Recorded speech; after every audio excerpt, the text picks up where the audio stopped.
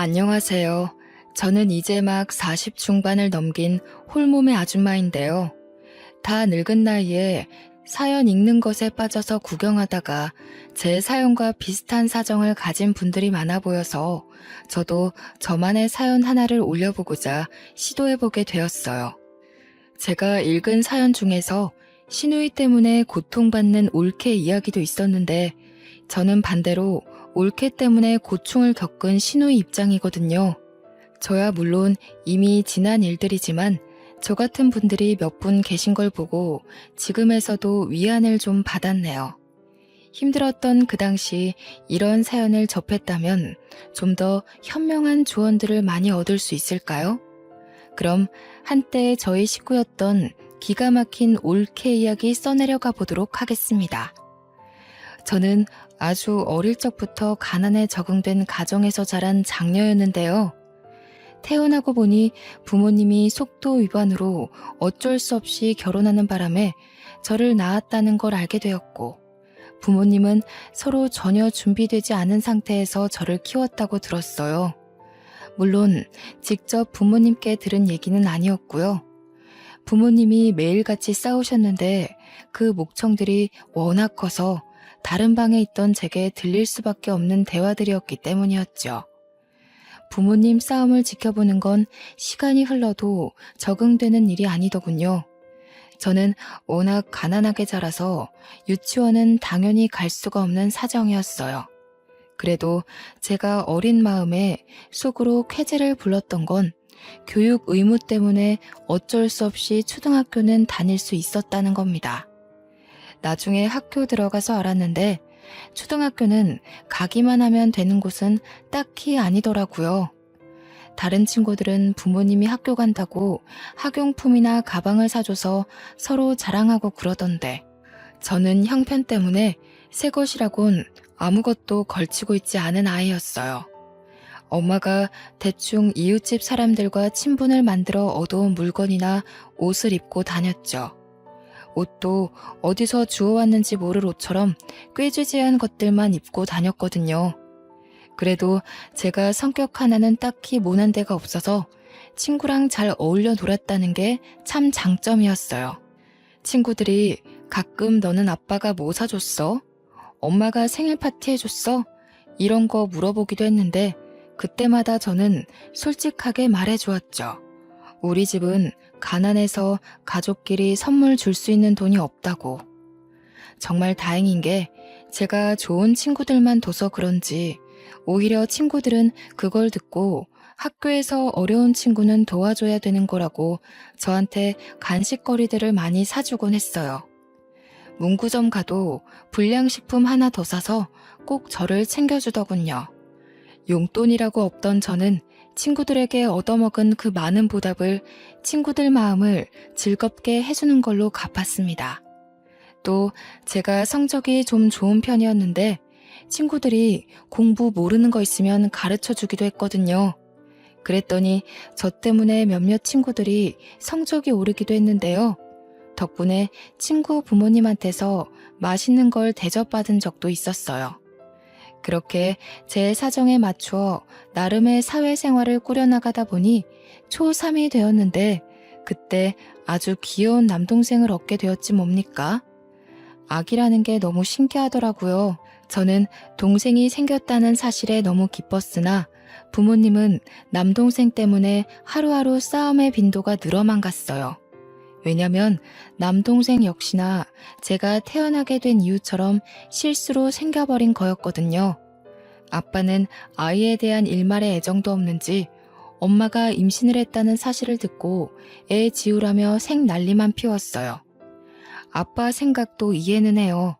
아이 하나 키우는데 돈이 얼마나 많이 드는 줄 아는데 저 하나도 벅차하시는 부모님이 남동생까지 어떻게 돈 들여서 키우겠어요.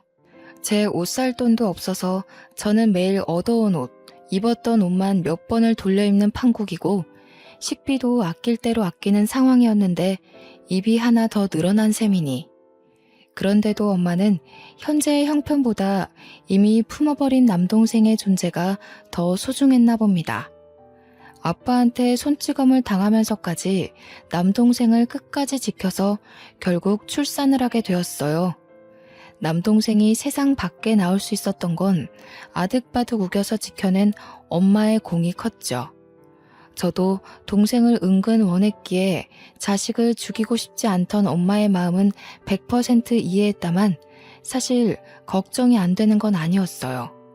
일단 남동생이 태어났으니 엄마는 저한테 해줬던 것처럼 또 이웃집을 돌며 고생할 게 뻔했으니까요. 조금 생각이 자랐다고 저는 같은 여자의 엄마가 고생하는 게 싫었습니다. 그래서 제가 할 수 있는 만큼 엄마를 도울 생각이었죠. 초등학교 가서 많이 사귀어 놓은 친구들한테 혹시 못 입거나 안 쓰는 물건 있으면 나한테 줄 수 있냐고 해서 얻어냈어요. 친구들은 마치 아나바다 운동이라도 하는 것처럼 자기가 쓰던 용품을 자랑하며 내게 선물로 막 주곤 했죠. 갸륵하게 여긴 선생님도 제 사정을 알고 있었는데요. 선생님들 또한 자기 아이가 쓰던 용품이나 저에게 필요할 법한 물건들을 종종 챙겨주기도 했어요. 그렇게 살림용품들을 얻어올 때마다 엄마에게 차곡차곡 갖다 바쳤습니다. 엄마는 제가 아기 때 이후로 처음 저를 안아주며 칭찬했어요. 우리 철용이가 누나 하나는 잘 뒀네. 철용이만 하던 우리 딸이 언제 이렇게 커서 엄마를 돕기도 하고 엄마한테 이런 효도할 생각도 했을까? 내 새끼 덕분에 엄마가 너무 힘이 나. 그날은 매일 남동생을 돌보며 아빠한테서 아기를 지켜내기 바쁜 엄마가 저를 돌아봐준 게 처음이기도 한 때였죠. 저도 엄마를 돕고자 하는 마음이 컸던 건 맞아요. 그러나 그것뿐만은 아니었고 남동생이 저와 10살 터울이기에 저 또한 아직 초등학생일 뿐이지만 제 눈엔 남동생은 완전 아기였거든요. 엄마와 함께 남동생을 보살펴야 하는 게 그땐 당연하다고 생각했어요. 그래서 저는 그렇게 엄마 못지않은 살림을 일찍부터 깨우치고 애 키우는 데 열중하며 살았어요. 친구들과 노는 횟수를 확연히 줄여가면서요. 가끔 저도 친구들과 놀고 싶었으나 엄마를 생각하면 참게 되더라고요. 매일 아빠한테 욕까지 먹는 엄마가 불쌍했거든요. 저는 엄마가 시키지 않아도 남동생을 돌봤고 그 덕분인지 엄마는 소소한 부업과 동시에 짧은 시간대에 일할 수 있는 일거리들을 하러 외출도 가능하게 되었어요. 저와 엄마는 없는 돈이라도 꼼꼼히 모으고자 열심히 노력하며 살았는데 아빠는 저와 엄마가 애쓰고 있는 줄도 모르는지 매일 술만 마시면서 퍽하면 엄마한테 싸움을 걸더군요. 남동생 태어난 지가 언젠데 아직도 남동생을 기어코 낳았냐면서 독설을 했죠. 그럴 때마다 엄마는 바깥일 때문에 지치는 것도 견디면서 밤이 되면 아빠랑 싸우는데 에너지를 또 버렸습니다. 엄마는 밤새 쉬지도 못하고 울다가 다음날 일을 하러 나가곤 했어요. 아빠는 나이가 들수록 막장이 되어갔고 이젠 제가 점점 자라나니까 저한테까지 시비를 걸기 시작하더군요. 너 눈가를 왜 그렇게 떠? 뭘 그렇게 꼬라봐? 네 눈에도 이 애비가 돈도 못 벌고 맨날 술만 퍼마시니까 한심하디? 어디서 지 엄마랑 똑 닮은 눈가를 달고서 하늘 같은 아버지를 꼬라보는 거야? 아빠는 매일같이 제게 엄마의 모습을 빗대었고 네 엄마랑 너무 닮아서 얼굴 보기 싫다고 욕설을 섞어가며 고성을 질렀습니다. 저도 나이가 한두 살 먹다 보니 무서운 걸 떠나 이젠 아빠의 존재가 지긋지긋하더라고요. 정말 스트레스가 심할 때는 차라리 이 세상에서 사라져버렸으면 좋겠다는 생각도 했죠. 그렇게 아빠 노릇 한 번도 안 하면서 가장 자격만 논하던 아빠는 이 거지살이 더 이상 못하겠다면서 가출을 해버렸어요. 저는 오히려 좋았습니다. 놀랍게도 아빠가 없는 그 다음 날부터 우리 집에 평화가 찾아왔거든요. 아빠가 우리에게 생활비를 벌어다 주는 것도 아니었어서 아빠의 빈자리가 전혀 애석하지 않았어요. 엄마는 속도 없는지 가끔씩 아빠 걱정을 했지만 저는 아빠가 이대로 돌아오지 않길 바랬어요. 그렇게 며칠이 지나고 저와 엄마는 어린 남동생 때문에 살림살이를 멈출 수 없었는데요. 그 덕분에 정신없이 사느라 아빠 존재는 진작에 잊을 수 있었어요. 엄마는 하던 일을 계속했고 저는 학교 공부와 병행하여 남동생을 더 극진하게 보살폈죠. 남동생은 하루가 멀다 하고 쑥쑥 자라났는데 엄마보다 제가 옆에 있는 시간이 더 많아서 그런가 엄마보다 제 품을 더 찾더라고요. 마치 저를 엄마로 생각하고 품에 파고들기도 했어요. 철용아, 엄마 서운하시겠다. 엄마가 철용이 맛있는 거 사주려고 일하다가 온 거야. 엄마 한 번 안아주자. 엄마가 철용이 주려고 붕어빵까지 사왔다니깐. 남동생은 이렇게 겨우겨우 설득해줘야 엄마한테 한 번씩 안기곤 했어요. 남동생이 저를 좋아해주는 건 고맙지만 가끔은 뼈 빠지게 고생하는 엄마한테 제가 다 미안하더라고요. 엄마는 그저 남매 사이가 좋아서 안심이라고 했지만요. 제가 기초수급자 신세로 고등학교까지 졸업을 하고 20살이 됐을 무렵 원래 몸이 안 좋았던 엄마는 그렇게 밤낮을 돈 벌면서 살아왔는데도 돈이 없어서 수술을 받지 못한 채 세상을 뜨게 되었어요. 그 와중에 남동생은 겨우 초3이었는데 그런 어린 남동생을 보듬어 안고서 며칠째 울었는지 몰라요. 엄마의 장례식은 무척 조용히 끝났습니다. 외가 쪽은 제가 태어날 때부터 없었고 친가는 아빠가 연락이 안 되니 전부 다 합을 맞춰 연락을 끊더라고요. 그렇게 남동생과 저 그리고 엄마를 가여워하신 이웃분들의 도움으로 장례를 마쳤습니다. 모든 걸 정리하고 집으로 돌아간 날 그 집안에 아빠가 있었는데요. 아빠는 웬 아줌마랑 같이 저와 남동생을 기다리고 있더군요. 그 아줌마가 아빠와 바람난 여자였다는 건 아주 뒤늦게 알았어요. 그래, 엄마 장례한다고 고생했다. 아빠가 소식을 늦게 들어서 이제 막 알았어. 다름이 아니라 너네 엄마가 사망보험금을 들고 있었는데 너희들도 자식이니 내가 마냥 모른 척 할 수만은 없더구나. 이 돈 엄마가 주는 거라 생각하고 철용이 키우는 데에 잘 사용해라. 그 당시 저는 사망보험금에 대한 지식이 전혀 없었던 사람이었어요. 아빠가 1,000만 원이 든 통장 하나를 주고 떠났는데 이웃분들의 설명을 듣고 아빠의 게임에 넘어갔다는 걸 알게 되었죠. 그래도 어쩌겠어요. 저는 저런 양아치 같은 아빠 자식으로 사느니 고아로 사는 게 나았을 정도로 아빠가 싫었는걸요. 엄마 사망보험금을 눈앞에서 도둑 맞았지만 그것보다 걱정인 건 남동생이었어요. 원래 살던 집까지 아빠 명의라서 빼앗기는 바람에 제 수중에 있는 돈 1,000만 원 말고는 아무것도 없었거든요. 일단 집이 있어야 해서 부동산 알아보고 가장 저렴한 옥탑방 하나를 찾아 겨우 월세로 들어가게 되었어요. 그리고 바로 일을 해야 했습니다. 저는 대학을 안 갔기에 배운 게 없어서 어디 회사에 들어갈 엄두를 못 내었고 오후에는 피자집 알바, 밤에는 24시 국밥집 알바를 하며 돈을 벌기 시작했죠.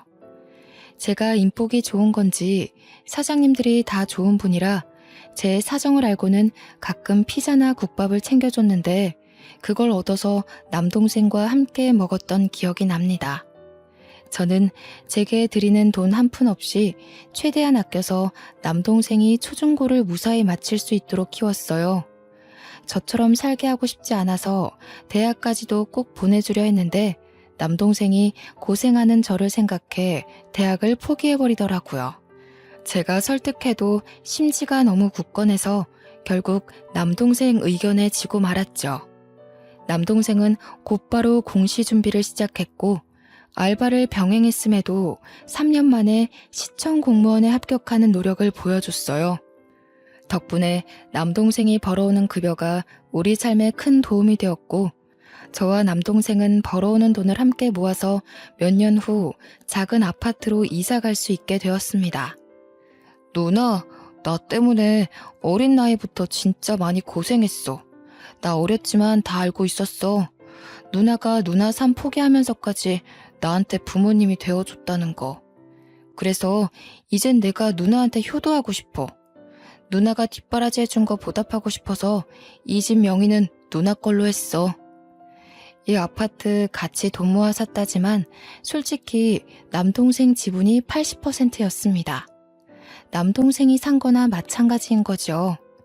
저야말로 그냥 받기 미안해서 왜 그랬냐고 했는데 제게 앞으로 힘만 돼주겠다는 남동생의 확고한 욕심에 저는 이 큰 보답을 받을 수밖에 없었어요. 기어다니면 제 품만 찾던 남동생이 언제 이렇게 커서 누나를 생각하는 어른이 되었는지 그날 너무 감격해서 한참 동생 품에서 울었답니다. 남동생이 30대 중반을 넘겼을 무렵 저한테 소개해주기 위해 결혼할 여자를 우리 집으로 데려왔는데요. 그 여자가 바로 추후에 올케가 될 사람이었죠. 올케 아빠가 제 남동생과 같이 시청에서 근무 중인 상사인데 제 남동생을 워낙 좋게 봐서 사위 삼고 싶다고 소개해줬다더라고요. 이제 막 대학을 졸업한 올케는 남동생과 나이 차이가 꽤 났어요. 올케는 말수가 적은 편인지 한참 어른인 제 앞에서 말을 잘 못하더군요. 남동생이 대신 올케의 생각을 전달하는 식의 대화를 주로 나누는 게 좀 의아했어요. 그래도 저는 남동생이 행복하게 지낼 수만 있으면 됐기에 남동생이 좋다고 하면 무조건 허락해줄 생각이었습니다. 둘은 잘 돼서 결혼까지 하게 되었고 올케 집에서 우리 동네 근처로 신혼집을 마련해준 덕에 남동생은 작은 혼수만 준비해서 신혼집에 들어갔어요. 올케는 아직 취업도 하지 않은 채로 결혼을 하긴 했지만 그때 말하길 남동생처럼 공시를 준비 중이라고 했어요. 그래서 아직은 남동생 혼자만 경제생활 중이고요. 올케는 집에서 공부만 하고 있다고 들었죠. 제가 그 당시 요구르트 일을 하고 있었는데요. 한참 요구르트 장사가 안 되고 있던지라 남동생이 정기 신청해주고 있거든요. 그래서 저는 일주일에 한 번씩 남동생 집에 요구르트 배달을 다녔어요. 한 번은 올케 공시 준비가 궁금해서 요구르트 주면서 올케한테 슬쩍 공부는 잘 되어가냐고 물어봤는데 지금 쉬고 있는 거 안 보이세요? 안 그래도 개인적인 일 때문에 스트레스 받아 죽겠는데 형님은 사람 표정도 못 읽어요? 요즘 애들한테는 그런 꼰대 질문하면 욕먹어요. 무슨 말을 그렇게 해, 올케. 나는 그냥 올케가 학교 졸업하고 공시 준비하느라 힘들까봐 걱정돼서 공부 때문에 힘들면 살림도 어려우니까 내가 반찬이라도 좀 보내주려고 그랬지. 꼰대라니. 됐으니까 요구르트 올려두고 그냥 가세요. 지금 형님 말 상대해줄 기운 없거든요. 참, 그리고 요구르트 말인데요. 먹는 사람 없어서 냉장고에 한가득 쌓여있는데 유통기한만 자꾸 지나고 있는 상태라 이제 그만 신청 끊었으면 해요. 남편이 너무 착해서 형님한테 차마 그런 말 못하는 것 같길래 제가 대신 말씀드리는 거예요. 올케는 결혼하고 나서부터 엄청 예민하게 변해갔어요. 낯가려서 말도 잘 못하는 줄 알았던 사람으로 봤는데 예의 없게 비속꽂는 말을 얼마나 잘하는지. 결혼 전에 제가 봤던 아이가 맞나 싶더라고요. 그렇다고 별 수 있나요? 아무래도 공부 때문에 스트레스가 많은가 보구나 하고 대충 사과한 뒤 집을 나왔죠.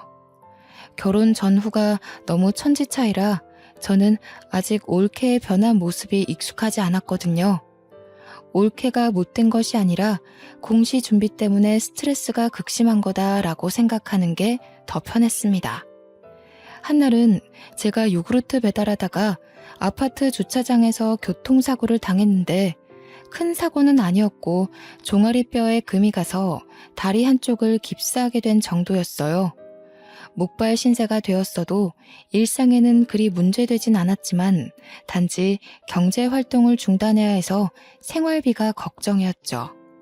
그런데 미안하고 고맙게도 남동생이 당연하게 생활비를 보태주겠다고 하는 겁니다. 남동생이 제가 일 다시 시작할 수 있을 때까지만 도와주겠다고 해서 계속 거절할 수도 없고 염치 없지만 알겠다고 했어요.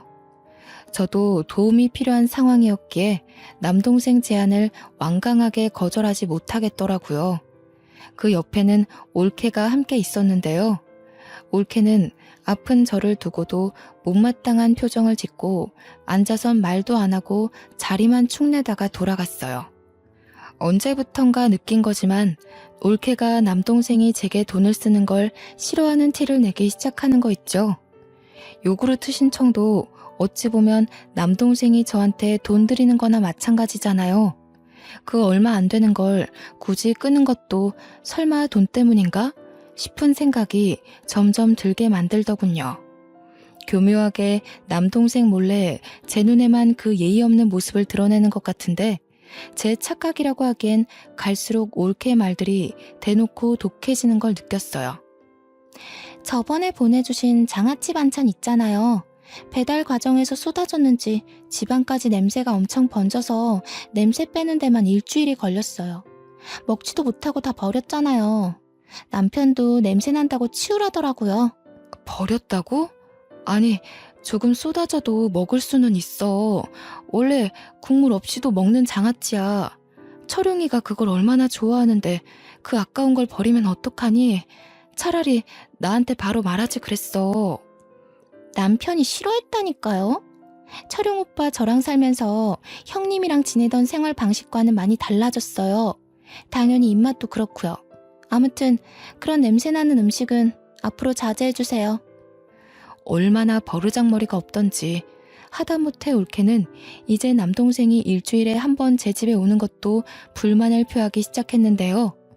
남동생이 평일에는 근무가 바쁘다 보니 유일하게 주말에 쉬는데 자꾸 제 집에 와야 하니까 임신 준비도 잘 안 되는 판이라며 남동생이 잠깐 자리를 비웠을 때 저한테 칭얼거리더군요. 어이가 없었죠. 물론 남동생이 제 다친 몸 때문에 바쁜 중에도 자주 저를 살피러 오는 게 미안하긴 했다만 이걸 남동생도 아니고 올케한테 지적받을 일은 아니라고 보거든요. 올케한테 오기 싫으면 올케는 안 와도 괜찮다고 공시 공부하는데 방해돼서 그러는 것 같은데 공부 때문이니 이해해주겠다고 했더니 글쎄 주말에 남편 없이 혼자 밥 먹는 거 싫다면서 남편이랑 오붓한 시간 보낼 날이 없다고 제 탓만 하대요. 결국 저는 내 몸 내가 알아서 챙길 수 있으니 남동생에게 그만 와도 괜찮다고 했어요. 그걸 올케도 옆에서 같이 들었고요. 올케가 굉장히 만족해 하더군요. 얼마나 기가 차던지. 물론 그럼에도 남동생은 다친 저를 지극정성으로 들여다봤어요. 가끔씩 따라오는 올케 표정이 똥 씹은 얼굴이었는데 보기 싫어 죽겠더군요. 그러던 어느 평일날이었어요. 평일에는 발길 전혀 없던 올케가 남동생 없이 혼자 제 집에 찾아온 겁니다. 연락을 한 것도 아니고 다짜고짜 찾아와서는 집안을 느릿느릿 둘러보면서 용건을 말하더군요. 이번 주말은 오빠랑 저 못 올 것 같아서 미리 말씀드리러 왔어요. 오빠가 저보고 형님 집 다니느라 고생 많다면서 이번 주말은 둘만의 여행을 떠나자네요. 그 말하려고 연락도 없이 찾아온 거니? 그런 건 전화로 해도 됐을 텐데. 굳이 오기 귀찮은 걸음까지 하면서 온 진짜 이유가 뭔데? 저도 당연히 전화로 하고 싶었죠. 아니, 자기 남동생한테 평소에 얼마나 세뇌를 시킨 거래? 남편이 형님한테 꼼짝 못하고 사는 게 말이 안 돼서 말이죠. 보통 남매 사이가 이렇진 않거든요. 남편이란 사람이 한 입을 덮고 사는 아내 말보다 형님 말에 더 충성하는 게 너무 화가 나잖아요. 물론 이해 못하는 건 아니에요. 남편 말로는 형님이 엄마처럼 남편을 다 키웠다고 하던데. 근데 말이에요. 그래서 이 아파트 선물로 받은 거 아닌가요? 그걸로 모자라 지금 병원비도 남편이 내주고 있고 용돈도 주는 거면 솔직히 너무 양심 없다고 생각하는데요. 아무리 남동생이라 해도 이젠 가정에 있는 남자잖아요. 올케는 저를 대놓고 비꼬면서 빙빙 돌려 독설을 하는데 결국 요점은 지금 제가 받고 있는 용돈마저 알아서 끊으라는 얘기로 들렸어요. 더는 올케와 대화하고 싶지 않았고 올케와 단 둘이 한 공간에 있는 게 스트레스로 다가와서 빨리 보내고 싶었어요. 그래서 결국 또 올케가 원하는 대로 알겠다고 해버렸네요. 남동생한테 전화해서 용돈 주지 말라고 하겠다고 그걸 원하냐고 하니 올케는 목적을 달성했는지 저보고 몸조리 잘하라고 하며 빠르게 집에서 나가더라고요. 저는 올케가 나가고 한참이나 거실 소파에 앉아서 분노로 쿵쾅거리는 심장을 다독였죠. 그렇게 시간이 흐르고 저는 깁스를 풀고 건강을 회복하여 다시 요구르트 일을 하게 되었어요. 요구르트 업체에 정말 참하고 착한 아가씨가 있는데 저를 제 엄마처럼 잘 챙겨줬거든요. 그 인정이 좋아서 요구르트 일에 더 애정이 있었던 것 같네요. 한날은 요구르트 배달을 하며 다니다가 아파트 근처에서 올케를 보게 되었는데 순간 올케가 아닌 줄 알았습니다. 올케가 웬 모르는 남자와 함께 차 앞에서 담배를 피고 있는 거 아니겠습니까? 여태 올케를 여러 번 봐왔지만 올케가 흡연자라는 사실을 전혀 몰랐거든요. 남동생이 말해준 적도 없었어요.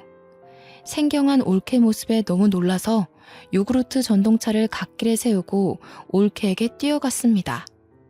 제가 다가오는 줄 몰랐던 올케는 계속 외간 남자랑 대화 중이었는데 듣다 보니까 제 남동생 흉을 보며 히히덕거리고 있는 거 아니겠어요? 심지어 제 용돈을 끊어서 자기한테 돌렸는지 그 돈을 자랑하며 이번에 뭘 샀다, 다음에 뭘 사네 마네 하면서 명품 얘기를 하고 있더군요. 올케 꼴을 보니 올케 몸에 치장된 것도 온통 비싸 보이는 것들 투성이었어요. 그 모습을 보는데 또 심장이 두근거리기 시작하는 겁니다. 올케, 여기서 뭐 하는 거야? 이 사람은 또 누구고? 그리고 올케 담배도 폈어? 여태 그런 말 없었잖아. 철용이도 이 사실 알아? 아니, 공시 공부하고 있어야 할 사람이 지금 밖에서 뭐 하고 있는 거야? 저는 그저 남동생 생각에 바로 그 자리에서 올케에게 모든 걸 캐물어야만 했습니다. 올케의 모습은 더 이상 제가 용납하기엔 적정선을 넘었으니까요. 그러나 저와 달리 올케는 당황하지도 않더군요. 오히려 남동생한테 일러 바칠 거냐며 뻔뻔하게 나오는데 그런 와중에도 건방지게 담배를 계속 피대요. 그래도 엄연히 제가 훨씬 어른이고 시댁 사람인데 어떻게 이럴 수가 있나 싶었어요. 잘 생각해봐요, 형님. 이혼하면 철용 오빠가 더 손해예요. 모르죠? 우리 남편이 저한테 얼마나 푹 빠져있는지. 제 일 끼어들 시간에 형님 앞날이나 걱정하셔야 할걸요? 철용 오빠가 언제까지 형님 뒤를 봐줄 것 같아요? 형님 나이 들면 늙고 병들어서 들어가는 돈이 많을 텐데 그것도 나중에 다 우리 남편한테 해달라고 할 생각이에요? 아마 더는 그렇게 안 될걸요? 그 전에 이미 철용 오빠는 제 말에 끔뻑 죽는 아내 껌딱지가 돼 있을 테니깐. 공시 준비 포기할 거라고 했더니 남편이 그러더라고요. 자기가 더 열심히 벌면 되니까 쉬엄쉬엄 지내라고. 이게 무슨 뜻이겠어요? 이미 저를 어화둥둥하기 시작했다는 거 아니겠어요? 그러면서 저보고 거짓골로 남동생한테 버림받고 싶은 거 아니면 요구르트에서 번 돈 쓰지 말고 차곡차곡 저금이나 하라면서 제 속을 뒤집어 놓는 겁니다. 그러고는 옆에서 같이 낄낄대던 외간 남자랑 차를 타고 떠나버렸죠. 기가 막혔지만 너무 손발이 떨리고 눈물이 나서 올케를 붙잡지 못했습니다. 어느 날 올케가 간만에 친구들을 만나 술을 많이 마셔서 못 일어난다고 남동생 혼자 집에 방문한 적이 있었는데요. 그때 남동생이 말하길 유명 연예인이 현재 우리 아파트를 매매하면서 이 아파트 집값이 전체적으로 폭등했다는 거 아니겠습니까? 뉴스에 방송될 정도였다는데 저는 뉴스를 잘 안 보기도 했고 부동산 쪽은 무지하여 무슨 말인지 단번에 알아듣지 못했어요. 신이 나서 얘기하는 남동생 말에도 실감 못하고 있었는데 남동생이 X로 얘기해주는 걸 듣고 그때서야 깜짝 놀랐지 뭡니까. 이 옛날 아파트가 올케의 집값보다 4배로 뛰었다고 하는데 입이 안 다물어지더군요. 올케의 집값이 대단할 정도로 비싼 집은 아니었다만 그래도 4배면 로또 1등보다 더한 값어치였거든요. 누나가 너무 착하게 고생만 하고 살아와서 하늘이 상을 주시나 보다. 누나 공기 좋은 주택 살고 싶어 했잖아. 이 아파트 팔고 좋은 주택 구해서 쉬엄쉬엄 할 수 있는 일을 찾아보자. 혹시 새로 배우고 싶은 건 없어? 참, 누나 학교 다닐 때 공부 잘했지. 아이고, 새로 배우기는 이제 머리가 굳어서 그런 건 안 돼. 그냥 TV 보니까 밭 가꿔서 농작물 팔고 하는 거 재밌어 보이더라고. 그런 것도 할 수 있을까? 당연하지. 하고도 남지. 이거 다 누나 돈이니까 누나 하고 싶은 데에다 써. 나는 계속 벌면 되는데 이제 누나는 나이도 있고 더 이상 몸 힘든 일은 그만하는 게 좋아. 아파트 지분은 동생이 훨씬 많은데 이 큰 돈을 저보고 다 가지라는 말에 이건 진짜 아니다 싶었습니다. 저는 극구 사양하며 똑같이 반씩 나누자고 했어요. 그랬더니 남동생이 너무 완강하게 주장을 굳히면서 혹시라도 자기가 망하면 누나가 걷어주면 되지 않겠냐고 장난스럽게 대꾸하기만 하는 겁니다. 하는 수 없이 남동생이 시키는 대로 하겠지만 이 많은 돈을 언제 다 쓴단 말인가요? 당연히 남은 돈 묵혔다가 훗날 남동생이 도움을 필요할 때 주기로 몰래 마음먹고 상황을 넘겼죠. 그날 저와 남동생은 갑자기 맞은 돈벼락에 신이 나서 같이 저녁까지 먹었는데요. 일부러 올케는 부르지 않았어요. 뒤늦게 뉴스를 통해 모든 사실을 알게 된 올케는 남동생한테서 확실히 확인한 뒤 또 평일날 무례하게 찾아왔습니다. 아무래도 제게 떨어진 돈벼락에 질투가 났나 보죠. 남동생 몰래 찾아온 올케는 더 이상 제게 눈꼽만큼의 예의도 차릴 생각이 없는지 다짜고짜 목적부터 쏘아붙이기 시작하더군요. 요구르트 끊게 해, 용돈 뺏어가. 하다못해 결혼하기 전 제가 받은 이 아파트까지 뺏어가려는 심산이 보이자 저는 도무지 올케의 행실을 봐줄 수가 없었어요. 올케가 무슨 자격으로 이 아파트를 내놓으라 말아야. 이 아파트 철용이가 올케랑 결혼하기 전에 나한테 선물로 준 집이야. 달라고 해도 철용이가 달라고 해야지 왜 올케가 와서 이러는 건데? 제가 철용 오빠 와이프니까요. 제 남편 돈이 들어간 아파트이고 지분만 따져도 당연히 제 남편 거 아닌가요?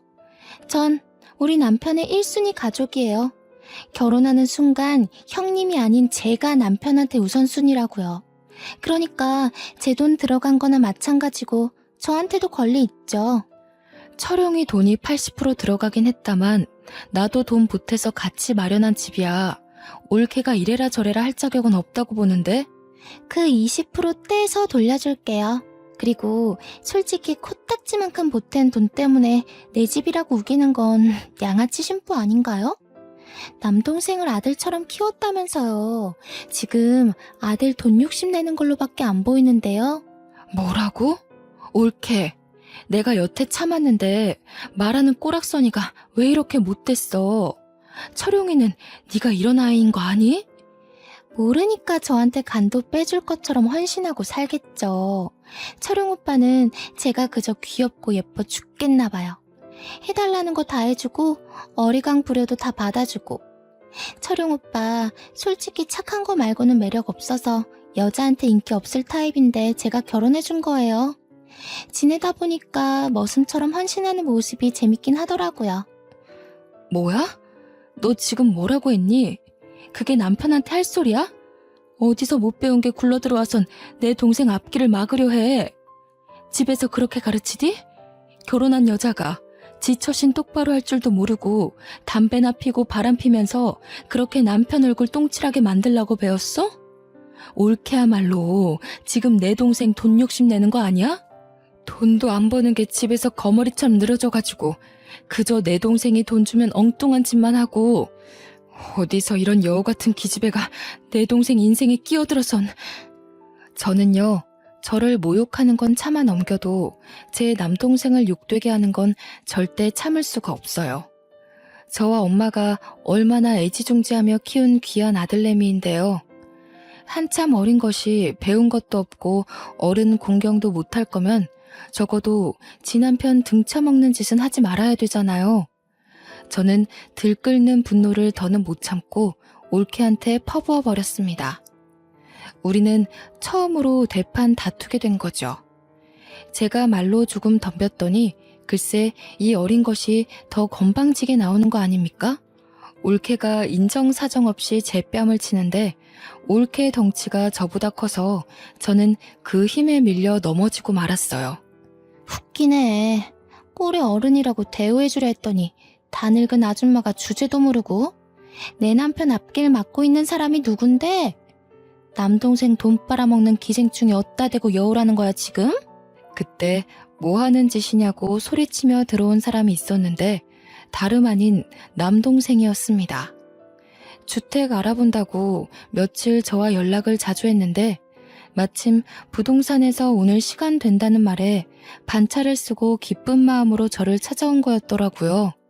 그런데 신발장에서 올케 신발을 받고 집안에서 큰 소리가 나길래 들어왔더니 방에서 나는 소리라는 걸 알고 내내 듣고 있었다고 하는 겁니다.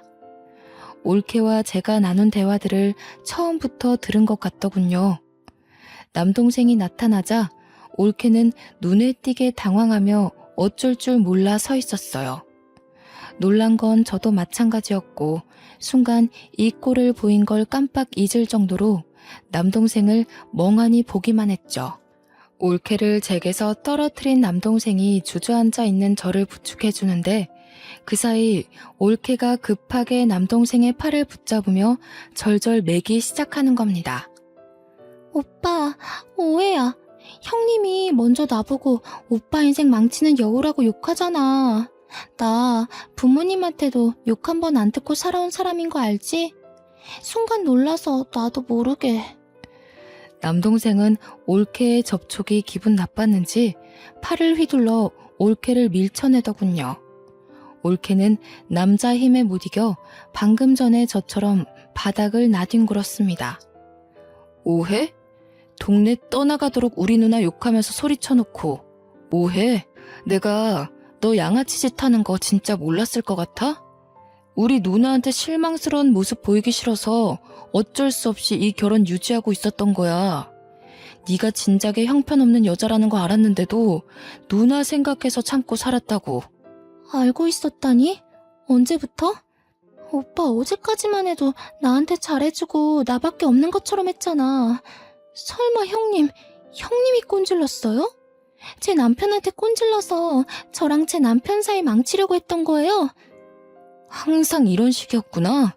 나 몰래 누나 찾아와서 괴롭히고 뜯어가고 네가 어려서 철없는 행동하는 건 감안하고 살 수 있었는데 우리 누나한테 손찌검하는 건 절대 못 넘어가. 말했지. 누나 상처 주기 싫어서 이 결혼 참고 살았다고. 네가 누나한테 손댄 이상 더는 너 떠안고 갈 멍청한 짓 안 해. 그만 이혼하자. 저와 올케는 남동생이 아무것도 모르고 있다고 생각했는데 그저 참고 있었다는 것에 또 한 번 놀랐어요. 그러고 나서 남동생은 올케 아빠한테 전화해 당장 이혼 사실을 알리겠다며 휴대폰을 들었습니다. 그랬더니 올케가 깜짝 놀라며 바닥에 넙죽 엎드리더라고요. 잠깐만, 아빠라니? 아빠한텐 안 돼. 그럼 나 진짜 죽어. 오빠, 내가 잘못했어. 그러지 마. 이혼하면 나 집에서 쫓겨날지도 몰라. 제발 오빠, 나 좀 살려줘. 다시 이런 일 없도록 할게. 형님한테도 다 사과할게. 올케가 남동생을 붙잡고 사정하며 빌기 시작하는데 너무 비굴해서 보고만 있는데도 제가 다 수치스럽더군요. 듣자 하니 사돈 어른은 엄청 바람직한 사람인데 결혼하기 전에 한번 올케의 양아치짓 해결해서 넘어가 준 적이 있었다고 하네요. 대신 한 번 더 망나니 짓 하면 호적에서 판다고 했다는데 그 말이 허풍은 아닌가 봅니다. 울고불고 하는 올케가 체면까지 구기면서 바닥을 기는 것 보면요. 남동생은 올케 집안 사정을 이미 잘 알고 있더라고요. 그래서 일부러 사돈 어른을 언급하며 협박했던 거라대요. 그럼 이혼 서류 도장 찍겠다고 약속해. 잠자코 이혼 진행하면 나도 장인어른께 성격 차이 때문에 이혼한다고 둘러댈 테니까. 이혼은 진짜 안 돼. 솔직히 형님한테 손찌검한 건 잘못했지만 나 틀린 말 한 건 아니야. 이 집 오빠 지분이 훨씬 많다고 했잖아. 나도 오빠 아내로서 이 집에 논할 자격 있는 거 아니야? 그래서 형님이랑 대화하려고 찾아온 거였다고. 형님이 먼저 감정적으로만 안 나왔어도 손 나가는 일은... 오빠, 다시 생각해봐. 우리 좋았잖아. 오빠 나 많이 좋아했잖아.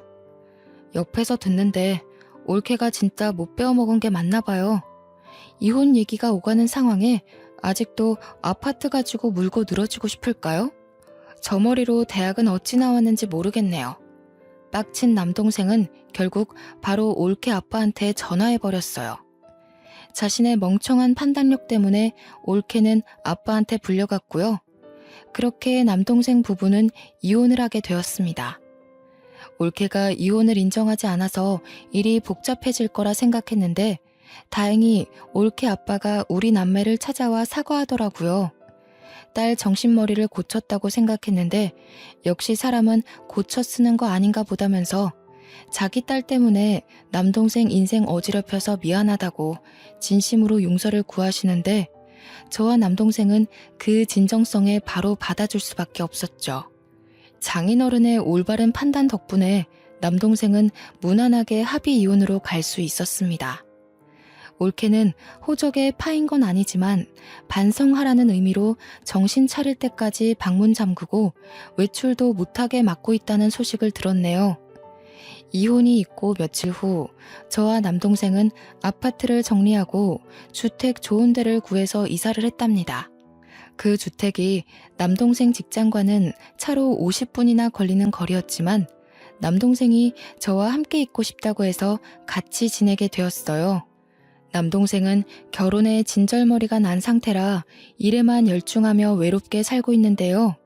그런데 그 모습이 저는 좀 마음에 걸리더라고요. 문득 남동생 결혼이 저 때문에 실패한 것 같아서 미안하기도 했고요. 그래서 한날은 조심스럽게 맞선을 주선했어요. 제가 요구르트를 다닐 때 업체에서 되게 저를 잘 챙겨주던 아가씨가 있었다고 했잖아요. 그 아가씨가 가끔씩 제게 안부도 물어주는데 너무 고운 아이라서 남동생과 잘 어울릴 것 같았거든요. 남동생에게 한번 만나보라고 했더니 남동생이 당분간 여자 만나기 싫다고 거절했지만 저의 간곡한 부탁 때문에 하는 수 없이 아가씨와 만남을 가져주더군요. 다행히도 아가씨는 남동생의 사정을 너그럽게 이해해 주었대요. 그 이후 둘은 생각 외로 진전이 좋은 것 같더라고요. 얼마 뒤 진지한 만남을 시작했다면서 남동생이 말해주는데 제 안목만 믿어야겠다면서 그 아가씨가 너무 마음에 든다고 하는 겁니다. 남동생이 다시 웃음을 찾은 것 같아서 제가 얼마나 안심이 됐는지 몰라요. 이런저런 우여곡절 끝에 저는 겨우 마음의 휴식이 찾아왔고 남동생이 주위 괜찮은 땅을 알아봐줘서 지금은 그토록 해보고 싶던 텃밭을 가꾸고 있어요. 키우고 싶은 씨앗을 사서 아이들이 자라기만을 정성껏 보살펴주는 중인데 꽤 적성에 맞더라고요. 아직 실력이 없어서 팔지는 못하지만 공부 좀 해가지고 건강하게 키워서 나중엔 판매도 해볼까 고려 중이랍니다. 저는 개인적으로 이 행복한 전원 생활을 누리기까지 너무 험난한 길을 걸어왔다고 생각했는데요. 좀 더 나이 들고 여유만 가득한 시기에 다시 과거를 돌아보니 가난한 가정에서 태어난 것 치곤 제가 꽤 성공한 삶을 살고 있더라고요. 남동생 말대로 고생한 저를 위해 하늘에서 보상을 준 게 맞는 걸까요? 가끔은 제가 이렇게 두 다리 뻗고 속 편하게 지내도 되나 싶기도 해요. 그럴 때마다 남동생이랑 예비 옳게 될 아이가 저에게 충분히 그럴 자격이 있다고 다독여 주거든요. 여기서 더 걱정하는 것도 미련한 짓이겠죠? 이제 아무 생각 않고 남은 생 제대로 즐겨보렵니다. 지금까지 제 사연이 공감되는 분들 좀 계셨을지 모르겠네요. 살면서 이런 불운한 일 좀 안 겪고 쉬이 흘러가면 좋을 텐데 그럴 수 있는 것도 운명이고 다 운인가 봅니다. 그래도 시기가 언제든 행운 없이 마치는 인생은 없는 듯해요. 사연들만 보아도 대부분 무사히 해결되고 저처럼 잘 지내고 있는 분들 많던걸요. 그러니까 우리 모두 내일이라도 당장 마주할지 모를 행운을 꼭 포기하지 말고 나쁜 유혹에 흔들리지 말고 그렇게 으쌰으쌰 힘내면서 살아가도록 합시다. 친구들한테 속풀이하는 것 같아서 사연 쓰는 내내 즐거웠네요. 읽어주셔서 고맙습니다.